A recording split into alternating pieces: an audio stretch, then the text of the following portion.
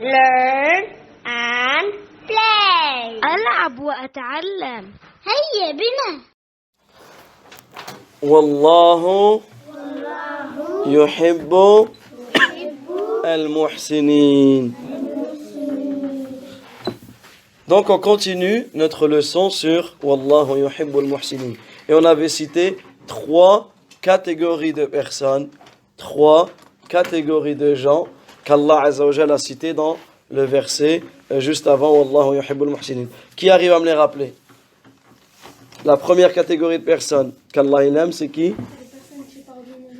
Alors, ça c'est la deuxième, très bien, c'est ceux qui pardonnent aux gens. D'accord? Et dans le fait de pardonner aux gens, il y a énormément de récompenses. Au jour de la résurrection, Allah il appellera, où sont ceux, al-afuna minan nas, où sont ceux qui pardonnent aux gens. Également dans le fait de pardonner aux gens, à chaque fois que tu pardonnes à celui qui t'a commis une injustice, Allah il va t'élever en degrés. Tu vas monter en degrés et tu auras beaucoup de récompenses. Donc, on pardonne à ceux qui nous font du mal. Très bien. Ensuite, Imran. Très très bien. Celui qui contient sa colère. C'est pas celui qui se met en colère. Non, c'est le contraire. C'est celui qui se met jamais en colère. C'est-à-dire, il peut se mettre en colère, mais il va se calmer. Il va se calmer. Et on avait cité que la colère, et ça c'est important que l'on s'arrête sur la colère. La colère, elle vient de qui? Elle vient de Shaitan. Parce que Shaitan, il a été créé de feu. Et le feu, il s'éteint par quoi?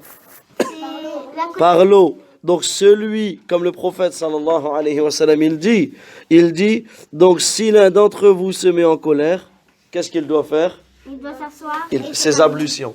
D'accord? Pourquoi? Parce que la colère, elle vient de Shaitan. Shaitan, il est créé de feu. Donc toi, quand tu te mets en colère, t'es chaud, comme si tu brûlais. Dans ce cas-là, pour te calmer, tu vas faire quoi? Des ablutions. Tu vas faire tes ablutions. Dans un autre hadith, le prophète sallallahu alayhi wa sallam, il dit, la colère est un charbon ardent se consumant dans l'être humain. Vous savez, c'est quoi un charbon? Le charbon avec lequel on brûle le barbecue. T'as vu comment ça brûle là? Et bien quand c'est la colère, ça brûle comme ça. Donc tu dois l'éteindre avec les ablutions. Et c'est pour cela quelqu'un qui est en colère, vous avez vu ses yeux, comment ils sont tout rouges, ses veines, elles sont gonflées. Pourquoi? Parce que il bouillonne. D'accord? Donc c'est pour cela, retenez, c'est très très important que celui qui se met en colère, il fasse ses ablutions. Et un jour, le prophète, sallallahu alayhi wa sallam, il a vu 2 hommes qui étaient en train de se disputer. 2 hommes qui étaient en train de se disputer. Et ça, souviens-toi, quand tu es prêt à te bagarrer à l'école ou tu es prêt à disputer avec quelqu'un, le prophète, sallallahu alayhi wa sallam, il a vu ces 2 hommes, vous savez ce qu'il a dit?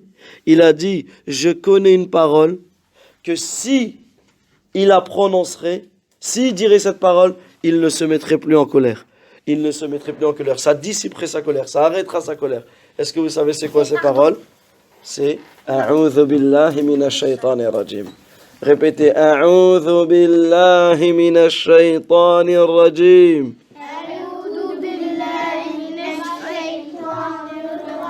A'udhu billahi minash shaitanir rajim. أعوذ بالله من الشيطان الرجيم.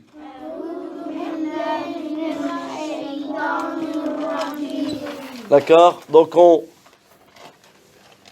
reprend lorsque tu te mets en colère. Premièrement, tu fais tes ablutions. Deuxièmement, tu demandes à Allah Azza wa Jal de te protéger en disant A'udhu billahi minash shaitanir rajim. Troisièmement, tu te tais. Tu ne parles pas parce que tout ce que tu vas dire, des fois peut-être tes parents ils t'ont mis en colère, tu vas répondre.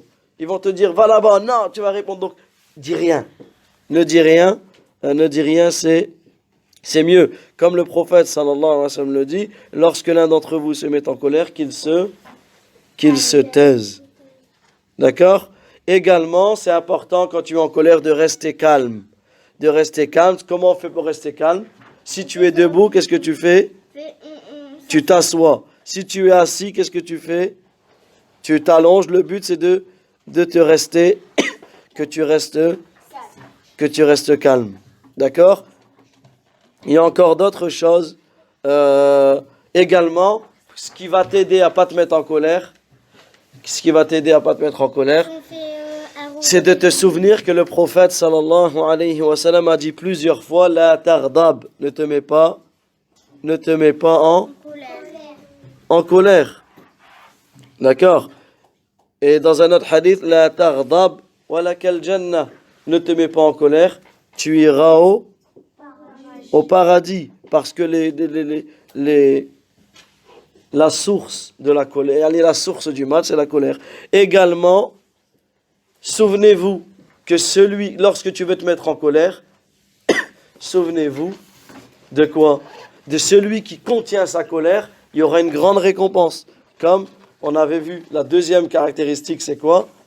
Pour qu'Allah t'aime et pour que tu sois quelqu'un qui fait le bien, c'est de maîtriser ta colère, comme on l'a cité.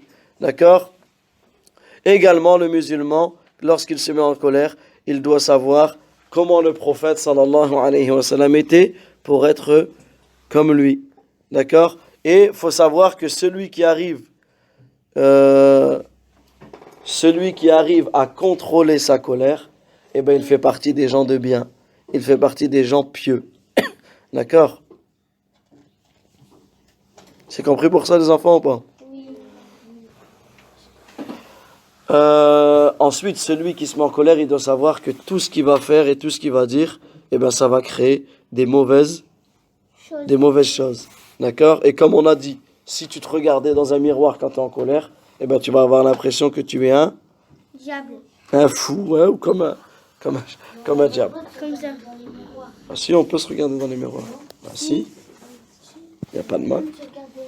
Ah, si, tu peux te regarder dans les miroirs, il n'y a pas de mal à se regarder dans les miroirs. Et celui qui se regarde dans le miroir et qui se trouve beau ou tu te trouves belle, toujours ne pas oublier de dire Masha'Allah, la quwwata illa billah.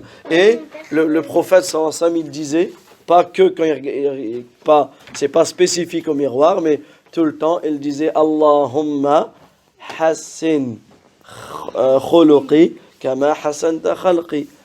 Oh Allah, parfait mon comportement comme tu as parfait mon visage, mon être.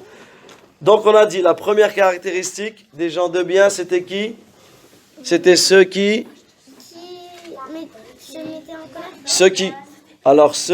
pardonnent à ceux qui leur ont fait du mal. Deuxièmement, ceux qui maîtrisaient leur colère. Troisièmement, la première c'était dans le verset. Vous avez fait un coloriage sur quoi? Le travail de... Très bien, donc sur le fait de dépenser, de donner, de partager pour plaire à Allah tabaraka wa ta'ala, parce que la personne ne sera jamais pauvre parce que tu as donné. Au contraire, d'accord? À chaque fois que tu donnes, tu partages, Allah il va te donner en plus. À chaque fois que tu partages ton goûter, tu auras encore plus de goûter. À chaque fois que tu partages ton argent, tu auras encore plus d'argent. À chaque fois que tu partages tes habits, tu auras encore plus d'habits. D'accord les enfants? Donc maintenant on va lire le texte, page 16. Qui veut le lire? Oui, on t'écoute.